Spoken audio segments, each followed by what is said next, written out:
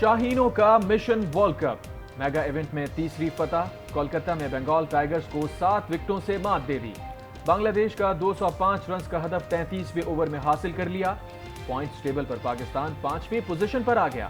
فخر زمان 81 رنز کی جارحانہ اننگز کھیل کر پلیئر آف دی میچ قرار۔ عبداللہ شفیق کی 68 رنز کی اننگز، پہلی اننگز میں قومی بولرز کی طوفانی بولنگ نے بنگال ٹائیگرز کو چکرا کر رکھ دیا۔ بنگلہ دیشی ٹیم کو 204 رنز پر دبوچ لیا۔ شاہین آفریدی نے نجم الحسین، تنزید حسن اور محمود اللہ کو آؤٹ کیا۔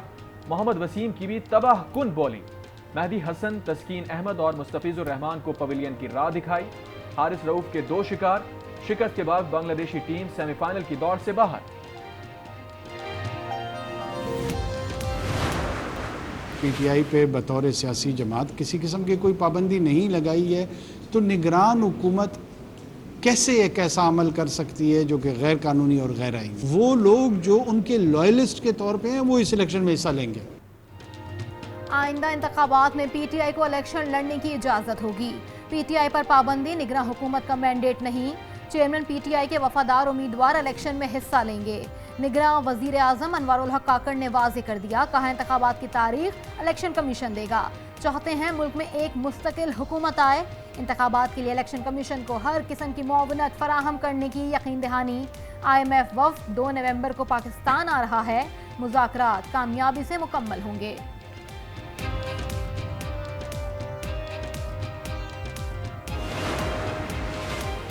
نون لیگی قائد نواز شریف کی زیر صدارت پارٹی کا پہلا اہم اجلاس 1 نومبر سے قومی اور صوبائی اسمبلیوں کے لیے درخواستیں طلب کر لی۔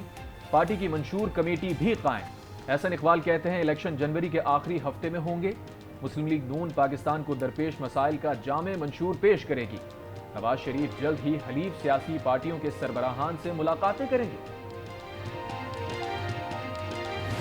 پوسٹ نومبر ایک ڈیڈ لائن تھی انلیگل ایلینز کے لیے، دیٹ از ٹمورو۔ کل تک ان کے والنٹیئر ریٹرن کا ڈیٹ ہے، اور فرام 2 آنورڈ ہمارا ظاہر ہے یہ بڑا لینتھی گریجول آپریشن جو ہے وہ سٹارٹ ہونے جا رہا ہے۔ غیر قانونی غیر ملکیوں کے لیے 1 نومبر کی ڈیڈ لائن ہے۔ 2 نومبر سے کارروائیاں شروع ہو جائیں گی۔ نگراں وزیر داخلہ سرفراز بگٹی نے واضح کر دیا، کہا غیر قانونی غیر ملکیوں کو 2 نومبر سے ہولڈنگ سینٹرز منتقل کیا جائے گا۔ 3-4 روز قیام کے بعد انہیں ڈیپورٹ کیا جائے گا۔ وزارت داخلہ میں وفاقی وزراء کا اہم اجلاس۔ غیر قانونی مقیم غیر ملکی شہریوں کے انخلاء میں توسیع نہ کرنے کا فیصلہ۔ ذرائع کے مطابق انخلاء سے متعلق ملازمین کو تربیت اور معلومات فراہم کی جائیں گی۔ تمام غیر ملکیوں سے سخت رویہ اپنانے سے گریز کیا جائے گا۔ خواتین اور بچوں کا خصوصی خیال رکھنے کی ہدایت۔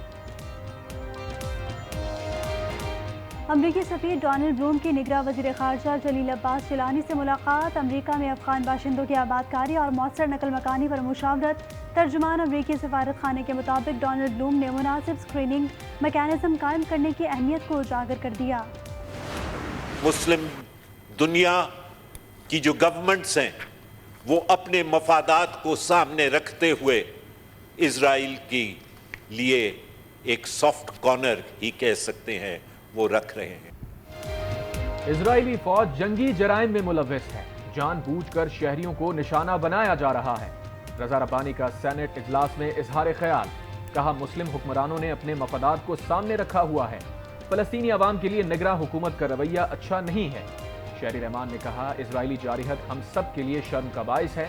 عالمی قوانین کے ساتھ کھلواڑ ہو رہا ہے۔ یہ ریاستی دہشت گردی ہے۔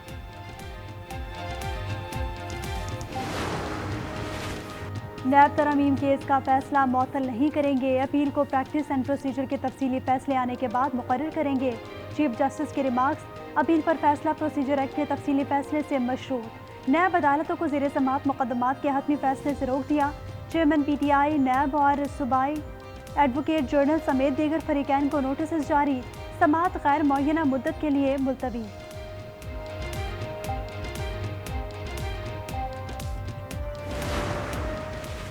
رمضان شوگر ملز ریفرنس، احتساب عدالت لاہور نے شہباز شریف اور حمزہ شہباز کو 29 نومبر کو طلب کر لیا۔ سپریم کورٹ کے حکم پر نیب لاہور نے ریفرنس واپس عدالت میں جمع کروا دیا۔ عسکری ٹاور حملہ کیس، یاسمین راشد اور عالیہ حمزہ سمیت دیگر کے جوڈیشل ریمانڈ میں 14 نومبر تک توسیع۔ جناح ہاؤس حملہ کیس، خدیجہ شاہ کے جوڈیشل ریمانڈ میں 14 روز کی توسیع۔ نگراں وفاقی وزراء کے خلاف کیس، الیکشن کمیشن نے دلائل مکمل ہونے پر فیصلہ محفوظ کر لیا۔ درخواست گزار نے کہا وزیر اعظم بھی سیاسی وابستگی رکھتے ہیں۔ نگراں مشیر احد چیمہ گزشتہ حکومت میں اہم عہدے پر تھے۔ چیف الیکشن کمشنر نے استفسار کیا کہ آپ کے پاس سیاسی وابستگی ثابت کرنے کے شواہد ہیں؟ اگر کوئی وزیر کسی سیاسی جماعت کی سائیڈ لے رہا ہے تب الیکشن کمیشن کارروائی کر سکتا ہے۔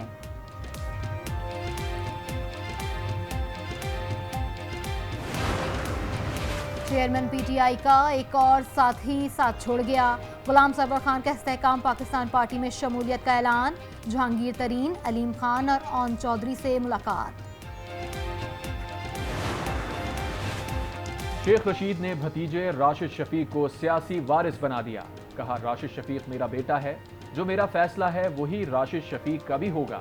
9 مئی واقعات کی پرزور مذمت کرتے ہیں۔ پاک فوج عظیم فوج ہے۔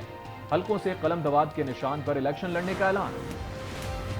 آئی ایم ایف سے مذاکرات کی تیاریاں آخری مراحل میں داخل، شرائط پوری کر دی۔ گیس کے ریٹ بڑھا کر اہم ترین ہدف بھی حاصل کر لیا۔ ٹیکس وصولی کی شرط بھی پوری۔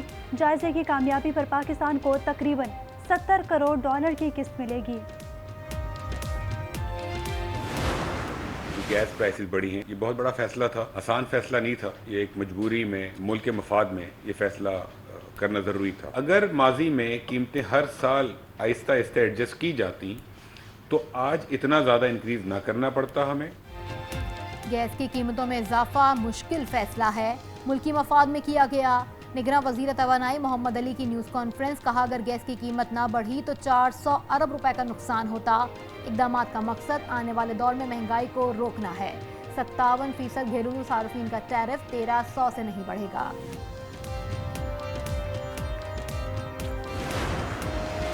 مہنگائی کے ستائے شہریوں کے لیے اچھی خبر، ایل پی جی 9 روپے 96 پیسے فی کلو سستی۔ نومبر کے لیے نئی قیمت 252 روپے 3 پیسے مقرر۔ اوگرا کا نوٹیفیکیشن جاری۔ پیٹرولیم مصنوعات پر بڑا ریلیف ملنے کے امکانات کم، قیمتوں میں معمولی کمی یا برقرار رکھنے کا امکان۔ نگراں وزیر اعظم کے مشاورت کے بعد وزارت خزانہ آج قیمتوں کا تعین کرے گی۔ قومی ایئر لائن کا فلائٹ شیڈیول مکمل بحال نہ ہو سکا۔ آج بھی اندرون اور بیرون ملک 23 پروازیں منسوخ۔ پی آئی اے کی کراچی سے کوئٹہ کی پروازیں 8 دن بعد بحال۔ امریکی کرنسی کی اونچی اڑان، انٹر بینک میں ڈالر 53 پیسے مہنگا، قیمت 281 روپے 47 پیسے ہو گئی۔ پاکستان اسٹاک ایکسچینج میں تیزی، 100 انڈیکس میں 585 پوائنٹس کا اضافہ۔ سپریم کورٹ بار کے سالانہ انتخابات، صدر کی نشست پر لاہور سے گنتی کا عمل مکمل۔ آسما گروپ کے شہزاد شوکت 611 ووٹ لے کر کامیاب۔ میاں عبدالقدوس کا 462 ووٹ لے کر دوسرا نمبر۔ مفادات کا ٹکراؤ اور چیف سلیکٹر انضمام الحق کا استعفیٰ۔ پی سی بی کی تحقیقاتی کمیٹی نے کام کا آغاز کر دیا۔ کمیٹی اپنی رپورٹ اور سفارشات چیئرمین ذکا اشرف کو جمع کرائے گی۔